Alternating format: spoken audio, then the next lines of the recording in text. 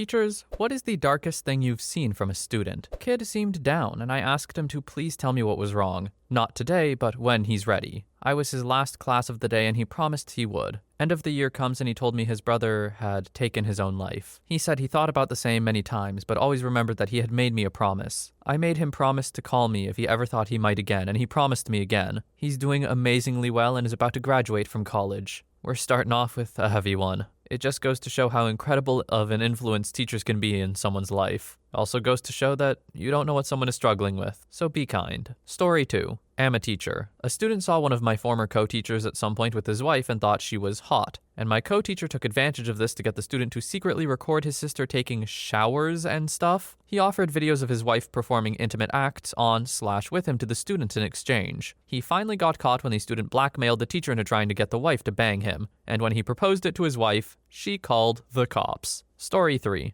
I taught welding and metal sculpture at the high school level for a year. One morning, one of my students, a quiet, awkward, but really nice young man, came into class and asked me for a Band-Aid. I asked him what for, and he replied that it was for a burn. Class hadn't started yet that day. He showed me, and it was a fresh second-degree burn that was already blistering in the shape of an A. Some kids that, if I'm going to be honest, were bottom performers and troublemakers from a different class of mine had swiped a small metal letter A from one of my supply bins, heated it with a lighter, and then branded this kid on the morning school bus. He let the kids do it because he really wanted to fit in. He didn't have many friends, and these kids seemed cool because they were always acting out. As a mandatory reporter, I reported it. The police got involved. Other than that, I have no idea what else happened. Story 4. I'm an English teacher and I'm the sponsor of the school's comic book and anime club. This year I managed to take my club to a convention, and many of them had several firsts, such as meeting celebrities, LARPing, participating in panels, speaking to professional artists, and just being with a larger fandom community. Upon our return, one of my members, a 16-year-old girl, asked to speak with me privately. She proceeded to tell me that she had been touched by her father and uncle ever since she was 12. On her 16th birthday, she finally had enough of the abuse and she contacted the police and told them everything. Before the investigation could begin, her uncle ended his life out of shame. Her father was about to do the same, but she was able to convince him to not. He is now facing trial for his crimes. She then thanked me and said that the 2 days we spent at the convention were the happiest days of her life, and it allowed her to feel like a child for the first time in 4 years. It was the proudest moment of my career. I had no idea where this one was going to go, talking about an anime convention, or just a whatever convention. That did a quick dark U-turn. It is uplifting in a way though, isn't it? OP being a great influence on this person, and people who do terrible things getting consequences. All in all, not the worst. I'm wishing the best for the student. Story 5. I've got 2. I had a student casually tell me about how he pulled the eyes out of his rabbit's head. He explained how there was blood everywhere. This was my first day working as a supply teacher at that school and my first conversation with the student. I later brought it up to support staff and they were shocked he mentioned it to me. Apparently he ended his rabbit because his mom loved it more than she loved him. The boy is now in foster care as his mother's a drug addict. He shared a lot of really dark stuff with me that day. Another one, more sad than dark, was at a different school. Students had to write their address for an assignment, but this 4th grade girl didn't know hers. Another student asked me, "Do you know where so-and-so motel is? She lives there." Really broke my heart, as the girl was so young and innocent. She really didn't understand how unfortunate her living situation was, as she proudly Googled the motel and found her address. Really low-income part of town. Story 6. I teach an algebra class, and I was explaining how in our city at least, your address tells you how far you are from the central streets like a Cartesian coordinate system. A girl who happens to be my daughter's friend volunteered to let me graph her address. 3 months later, a boy got expelled for threatening to shoot up the school. He had her address and had written threats to kidnap her from her house. He got the address from that class. Answering questions from the thread. 1. I do not blame myself for the actions of crazy people. He could have found info several other ways. 2. I put my address up first and my daughter's friend wanted to use hers so they could know the distance between their houses. That was the point of the exercise. 3. Kid has a 0% chance of kidnapping her. I know her family well. Story 7. I teach teens with emotional/behavioral disorders as their primary disability and learning as a secondary. Anyway, I've seen lots of stuff, but I'll narrow it down to these 2. First one. Student D was hard to connect with. He was so disconnected from his peers even. He was on the smaller side and lacked confidence.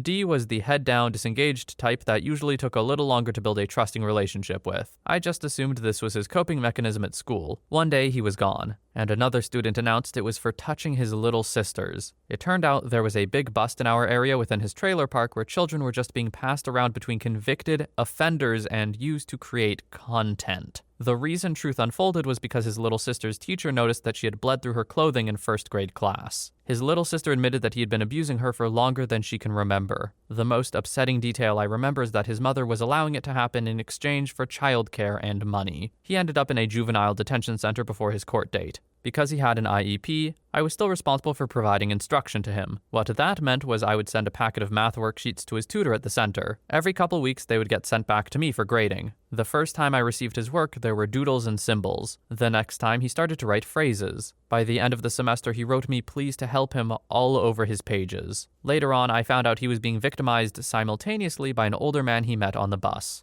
D is now married and has a child of his own. Second, I had a brother and sister, K plus M, in class together who had a unique bond. They had not spent most of their years growing up together, as they were in and out of foster cares or group homes. At this point in time, they were living with their aunt, but it mostly seemed like they were house hopping between family members. Their attendance was poor and it was hard to keep track of their current residence. It wasn't very unusual in this district because there's a lot of mobility, especially around this population. Halfway through the year, we got a new female student, J. Her mother had gone to prison, so she moved to the area to live with family. J made a positive first impression with peers, despite being quiet and more reserved. She had anxiety and depression, so when she stopped attending after the first week, no one seemed alarmed. It was such a big life change, so most teachers presumed she bailed on school. It was at this time K plus M were thriving at school. They were seeming more positive and taking better care of themselves. Come to find out, they invited J over one weekend and decided to beat her and drug her in an apartment where they'd been staying unsupervised. They kept her high in a closet and sold her for income. That then explained why they were wearing new clothes and fresh haircuts. That second one is insanity. That is true evil. And I understand it's probably brought on from their conditions they had growing up and their lack of attachment.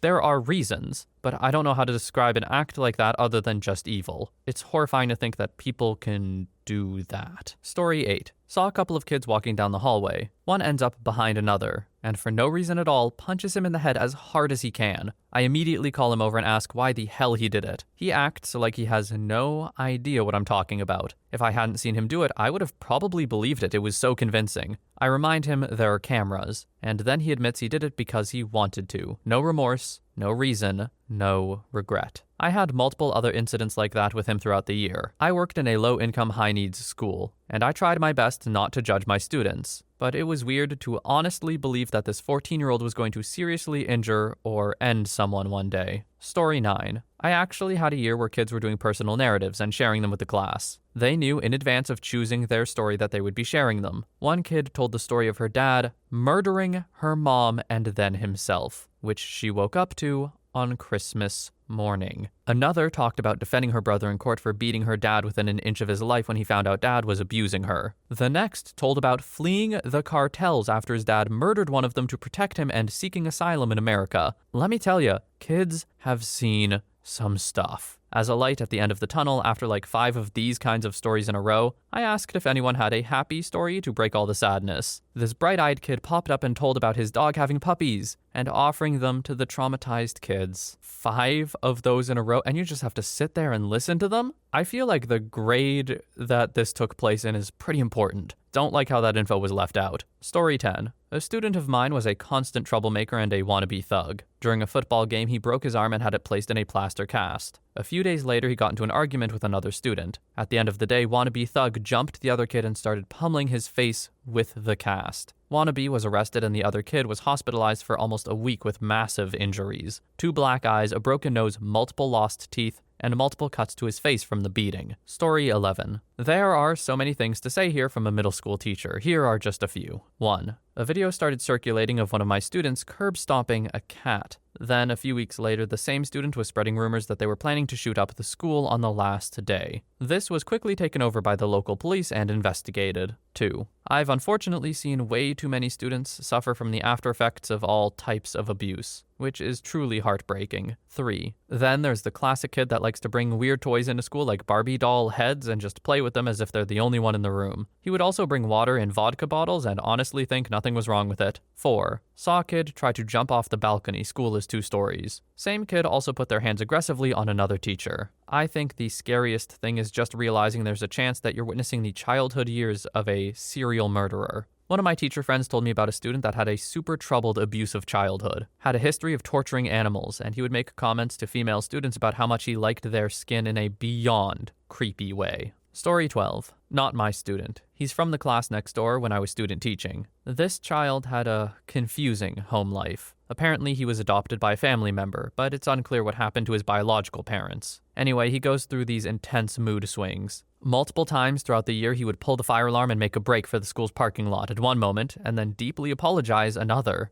as if he wasn't in control of himself just an hour ago. During his outbursts, he would occasionally attempt to enter a room, and when he found out that he couldn't, he would bang the door and scream at the top of his lungs as if it was a zombie movie. And yes, this is all while instruction is happening. He would literally escape the classroom in the middle of a lesson. He has caused lockdowns. As it turns out, this child has ideations to harm himself, and his actions might or might not be self-harming in a sense, since he knows these behaviors would earn him a punishment. Apparently at home, he's been reported to jump out of a moving car. Later in the year, he also told his teacher and para that he wanted to die. His class was awesome, though. His teacher had the whole class write a note to the kid, and they all wrote such sweet, encouraging things. The teacher made a collage and gave it to him as a gift. After his outburst episodes, when he comes back apologizing, the whole class would give him a group hug. At one point, all his teachers talked to him after one of his episodes, basically saying how they have such high expectations for him, how far he has come and how much further he'll go. My mentor teacher attended this talk, and she cried after. I imagine I would too. Sometimes there is a comical side to this situation, though. One day, as I was teaching science, I saw the principal chasing this kid down the road through a window, somehow wielding a long stick as if he's about to shepherd him back to his pen, and I just had to keep on teaching and act like I didn't see anything. It was a rough student teaching year. I had stories in my room too, but damn,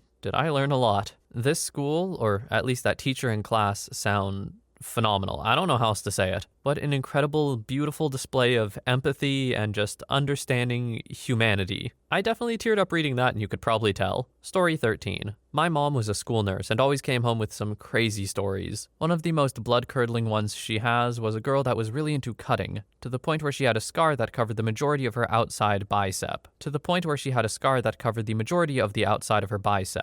girl one day decided that she hated her scar and wanted to get rid of it. At home, by herself, she decided that she was going to get rid of them. In her bathroom, she took a knife to her arm, cutting a 4-inch by 6-inch piece of scar tissue that was just under an inch thick out of her arm. She then proceeded to stitch it up using a needle and thread and bandage it with gauze all by herself. She then woke up and went to the school next day so she could go into my mom's office and ask if it looked infected. It was. When it comes to this intense level of self-harm, I don't know. I'm not grossed out. I'm just really concerned for this person. And I'm a little afraid. I won't lie. If I met this person in real life, I would probably be not super comfortable around them. But my heart really does go out to them and whatever in their head is telling them that this is what they have to do. Because they need help. And I feel like it's too easy to just give judgment and not, empathy. Story 14. I was a substitute for a while several years ago. I did these special ed classes mostly. Everything from kids who simply had a learning disability to students with severe disabilities, such as ASD and behavioral issues. One kid had a very low IQ and suffered from ADHD. He would come in every day an absolute mess. He was beyond violent and had zero control over his emotions. It's common to see these sorts of issues in some of these kiddos, but we didn't understand why it was so bad. He had medication prescribed and on file to help with some of his issues. Well, come to find out, Mom had been keeping his medication to do only God knows what with. He wasn't getting anything to help with these very real problems. Eventually, this kid lost it on the teacher's aide in the class, and the school had to expel him. One class I was in had a lot of mostly kids with ADHD, dyslexia, mild behavioral issues, and I really connected with them. It was a challenge, but I loved them. There was a boy, maybe 10 years old, who would talk to me quite a bit about his father, who was in a local rehab program for drug abuse. It was a religious thing that kept people on a campus and had them do church stuff, labor, and volunteer work. Anyway, he would give me updates every few weeks. At the end of the year, he comes up and says, "Guess what, OP?